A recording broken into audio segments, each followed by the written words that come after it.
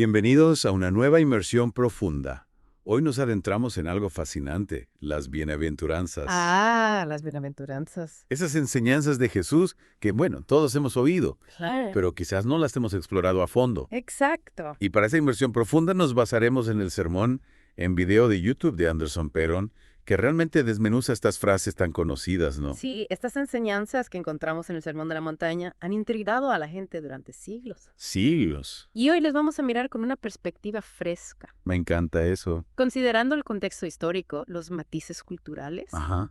y, lo más importante, cómo desafían nuestras ideas preconcebidas sobre la felicidad y la fe. Exactamente. Y lo que me parece súper interesante es que este sermón llega después de 400 años de silencio divino, Wow. un periodo en el que los israelitas esperaban ansiosamente un Mesías político que los liberara del dominio romano. Imagínate la expectación que debía haber en ese momento. Totalmente. Y en medio de esa atmósfera, Jesús introduce un concepto radical. El reino de Dios, no como un reino terrenal, sino como una realidad espiritual. Ajá. Las bienaventuranzas, entonces, se convierten en una especie de am, descripción Sí, es como una. de las características de quienes pertenecen a este reino, desafiando las expectativas de la época. Y Pedro hace una distinción crucial en su sermón, Así. una que realmente me hizo reflexionar. Las bienaventuranzas no son un conjunto de reglas para ganarse la salvación. No, No son una lista de tareas para obtener el favor divino. para nada. Más bien, funcionan como un espejo. Imagínate que te miras en un espejo, no para ver un mapa de dónde ir, sino para ver tu reflejo, tu estado actual. Me gusta esa imagen. Las bienaventuranzas reflejan nuestra condición espiritual y nos muestran dónde necesitamos la gracia de Dios. Es una excelente manera de verlo. Y me pregunto, cuando te miras en este espejo, ¿qué ves? Esa es la pregunta clave, ¿verdad? ¿Con cuáles de estas bendiciones te identificas más? Ajá. ¿Y en cuáles ves áreas donde necesitas crecer? Porque las bienaventuranzas no se tratan de alcanzar la perfección, sino de reconocer nuestra necesidad de Dios y permitir que su gracia nos transforme. Y hablando de transformación, la primera bienaventuranza. Bienaventurados los pobres en espíritu. Sí. Nos invita a repensar nuestra idea sobre la felicidad. Porque, seamos sinceros, pobres en espíritu no suena a algo atractivo, ¿verdad? No en el mundo en que vivimos, no. Nada. Pero aquí la palabra pobre no se refiere a la falta de dinero o posesiones, sino a una pobreza espiritual, al reconocimiento de nuestra total dependencia de Dios. Es como la historia del hijo pródigo, ¿no? Exacto. Tenía todo, pero solo cuando tocó fondo se dio cuenta de su verdadera necesidad y regresó a su padre. Ajá. A veces nosotros también necesitamos tocar fondo ¿Sí? para reconocer nuestra pobreza espiritual y abrirnos a la gracia de Dios. Exactamente.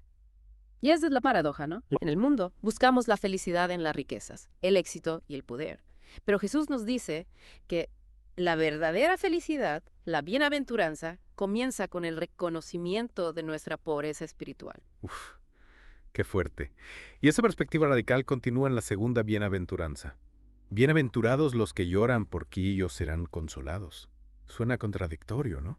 Un poco. Encontrar la bienaventuranza en el dolor. Lo es, y por eso es tan poderosa. ¡Wow! Este llanto no se refiere a cualquier tristeza, sino a un dolor profundo por nuestro pecado y por el sufrimiento del mundo.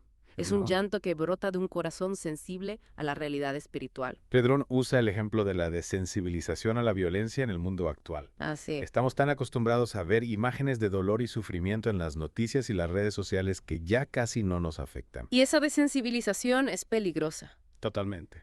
La segunda bienaventuranza nos llama a recuperar la sensibilidad, a dejar que el dolor nos conmueva Ajá. y nos impulse a buscar la sanidad y la restauración. Y esa sanidad y esa restauración solo pueden venir de Dios, ¿verdad? Precisamente. Al reconocer nuestro pecado y nuestra necesidad de su gracia.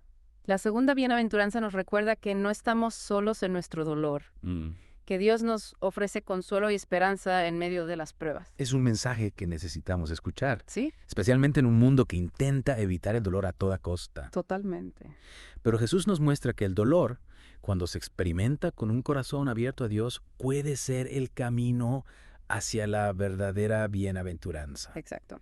Y lo interesante es que esa sensibilidad al dolor, ese llanto del que habla la segunda bienaventuranza, No nos paraliza, más bien nos impulsa a buscar la transformación. Exacto, es como si el dolor, en lugar de hundirnos, nos despertara a una realidad más profunda. Piensa en el Salmo 51. David, después de su pecado con Betsabé, experimenta una profunda aflicción, un verdadero llanto del alma, pero ese llanto no lo lleva a la desesperación, sino a un anhelo aún mayor por la pureza, por la renovación. Es como si el dolor lo empujara a buscar una transformación aún más radical. Exactamente, y esa transformación es la que nos permite experimentar la verdadera consolación que Jesús promete. No se trata de una consolación superficial, sino de una profunda paz interior que nace de saber que somos perdonados y amados por Dios. Y esa paz, esa seguridad de ser amados por Dios es la que nos da la fuerza para enfrentar las dificultades de la vida sin derrumbarnos. Sin duda, las bienaventuranzas no nos prometen una vida libre de dolor, pero nos ofrecen la certeza de que Dios está con nosotros en medio de las pruebas y que su gracia es suficiente para sostenernos. Y esa gracia nos transforma, ¿verdad? Nos hace más sensibles al dolor del prójimo, nos impulsa a buscar la justicia y a trabajar por un mundo mejor. Precisamente las bienaventuranzas no son un llamado a la pasividad, sino a la acción compasiva. Nos invitan a ser agentes de sanidad y restauración en un mundo quebrantado. Y para ser esos agentes de transformación, necesitamos humildad, reconocer que no tenemos todas las respuestas que necesitamos, la guía de Dios para caminar en este mundo tan complejo. Totalmente de acuerdo. La verdadera bienaventuranza no se encuentra en la autosuficiencia, sino en la dependencia de Dios, en el reconocimiento de que necesitamos su gracia para vivir una vida plena y significativa. Es un mensaje que va en contra de la corriente, ¿no? Especialmente en una cultura que valora tanto la independencia y el éxito individual. Sin duda, las bienaventuranzas nos desafían a vivir de una manera diferente, a buscar la felicidad, no en las cosas externas, sino en la relación con Dios y en el servicio a los demás. Es un cambio de perspectiva radical, una nueva forma de entender la vida y el propósito de nuestra existencia. Exactamente. Las bienaventuranzas nos ofrecen una visión radical de la felicidad, una visión que nos desafía a vivir de una manera diferente y a encontrar la verdadera plenitud en nuestra relación con Dios. Y esa plenitud se manifiesta en todas las demás bienaventuranzas que Jesús nos enseña. Hablemos de eso si las dos primeras bienaventuranzas nos muestran la necesidad de reconocer nuestra pobreza espiritual y de abrirnos a la gracia de Dios a través del dolor. ¿Qué nos dicen las demás? Las demás bienaventuranzas nos muestran cómo esa gracia transforma nuestra vida y se refleja en nuestro carácter y nuestras acciones, por ejemplo. Bienaventurados los mansos, porque ellos recibirán la tierra por heredad. Eso siempre me ha intrigado. ¿Qué significa ser manso en el sentido de las bienaventuranzas? No se trata de ser débil o pasivo, sino de tener un corazón humilde y dispuesto a someterse a la voluntad de Dios. Es la actitud de alguien que confía en Dios y no busca imponer su propia voluntad. Es interesante porque en el mundo la mansedumbre a menudo se ve como una debilidad. Exactamente. Pero Jesús nos muestra que la verdadera fuerza se encuentra en la humildad, en la capacidad de ceder el control y confiar en Dios. Y esa confianza nos lleva a la siguiente bienaventuranza. Bienaventurados los que tienen hambre y sed de justicia, porque ellos serán saciados. Ahí vemos la conexión con la acción, ¿verdad? La transformación interior que produce la gracia de Dios se manifiesta en un deseo de justicia, no solo para nosotros mismos, sino para todos. Exactamente. Los que han experimentado la misericordia de Dios no pueden quedarse indiferentes ante la injusticia en el mundo. Tienen un hambre, una sed insaciable de que se haga la voluntad de Dios, de que su reino de justicia y paz se establezca en la tierra. Y esa búsqueda de la justicia nos lleva a la siguiente bienaventuranza. Bienaventurados los misericordiosos, porque ellos alcanzarán misericordia. Aquí vemos cómo la gracia que hemos recibido se convierte en un motor para extender esa misma gracia a los demás. Es un ciclo maravilloso, ¿no? Recibimos misericordia de Dios y a su vez nos convertimos en canales de su misericordia para el mundo. Perdonamos porque hemos sido perdonados. Amamos porque somos amados. Y esa misericordia se manifiesta también en la siguiente bienaventuranza. Bienaventurados de limpio corazón, porque ellos verán a Dios. Aquí la atención se centra en la pureza interior, en la sinceridad de nuestras motivaciones. Exactamente, no se trata solo de acciones externas, sino de la pureza de nuestro corazón, de la rectitud de nuestras intenciones. Y esa pureza nos permite ver a Dios no solo en el futuro, sino en el presente, en cada detalle de la vida. Es como si la pureza de corazón nos abriera los ojos a la presencia de Dios en todo lo que nos rodea. Así es, y esa experiencia de la presencia de Dios nos lleva a la siguiente bienaventuranza. Bienaventurados los pacificadores, porque ellos serán llamados hijos de Dios. Aquí vemos la conexión entre la paz interior que hemos recibido de Dios y la paz que buscamos construir en el mundo. Es interesante porque ser un pacificador no significa evitar los conflictos a toda costa. A veces la verdadera paz requiere confrontar la injusticia, denunciar el mal y luchar por lo que es correcto. Exactamente. Ser un pacificador significa ser un agente de reconciliación, un constructor de puentes entre personas y grupos que están divididos, y esa labor de reconciliación solo es posible si tenemos la paz de Dios en nuestro corazón. Y esa paz, esa capacidad de reconciliar nos identifica como hijos de Dios, ¿verdad? Sí, porque reflejamos el carácter de nuestro Padre, que es un Dios de paz y reconciliación. Y finalmente llegamos a la última bienaventuranza. Bienaventurados los que padecen persecución por causa de la justicia, porque de ellos es el reino de los cielos. Aquí vemos que el camino a la bienaventuranza no está exento de dificultades. Es cierto, seguir a Jesús implica tomar una postura, defender la verdad y la justicia, incluso cuando eso nos cueste el rechazo, la burla o la persecución. Pero esa persecución no tiene la última palabra, ¿verdad? No, porque el reino de los cielos pertenece a aquellos que están dispuestos a sufrir por causa de la justicia. Es una promesa de victoria final, de que el bien triunfará sobre el mal, de que la luz disipará las tinieblas. Es un mensaje de esperanza para todos los que sufren por causa de su fe, para todos los que luchan por un mundo más justo y compasivo. Y es en esa esperanza, en esa promesa de un futuro glorioso, donde encontramos la fuerza para seguir adelante incluso en medio de la adversidad.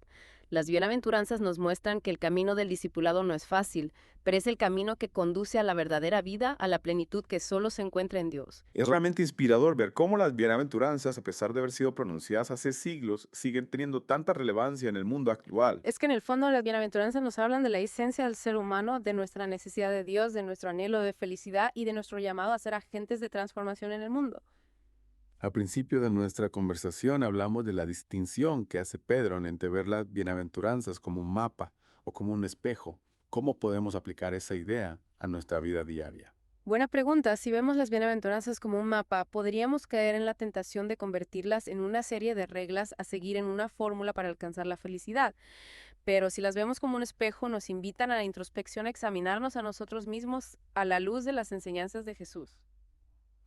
Entonces, no se trata de hacer las cosas correctas para obtener la bendición, sino de permitir que la gracia de Dios transforme nuestro corazón y a partir de esa transformación vivir de una manera que refleje el carácter de Cristo. Exactamente. Las bienaventuranzas no son un conjunto de leyes, sino una descripción de la vida transformada por el Espíritu Santo. Nos muestran cómo se ve una vida que está arraigada en el amor de Dios y que se extiende a los demás en acciones de compasión, justicia y paz. Al repasar cada una de las bienaventuranzas, me doy cuenta de que no son ideas abstractas, sino que tienen un impacto muy concreto en nuestra forma de vivir, en nuestras relaciones, en nuestras decisiones. Sin duda, las bienaventuranzas nos desafían a vivir de una manera diferente a la del mundo, nos invitan a buscar la felicidad, no en las cosas materiales o en el éxito superficial, sino en la relación con Dios y en el servicio a los demás. Nos invitan a ser humildes, compasivos, justos, misericordiosos, puros de corazón, pacificadores, en fin, a ser personas que reflejan el carácter de Cristo en todo lo que hacen. Y eso al final es lo que nos hace verdaderamente felices, no la felicidad superficial que el mundo ofrece, sino la felicidad profunda y duradera que viene de vivir en armonía con Dios y con nuestro prójimo. Hemos aprendido mucho en esta inmersión profunda en las bienaventuranzas. Espero que al igual que a mí este recorrido te haya inspirado a mirar estas enseñanzas con nuevos ojos y a descubrir su relevancia para tu propia vida. Las bienaventuranzas son un regalo de Jesús para nosotros, una guía para vivir una vida plena y significativa. Medita en ellas, déjate transformar por su mensaje y descubre la verdadera felicidad que solo se encuentra en el reino de Dios.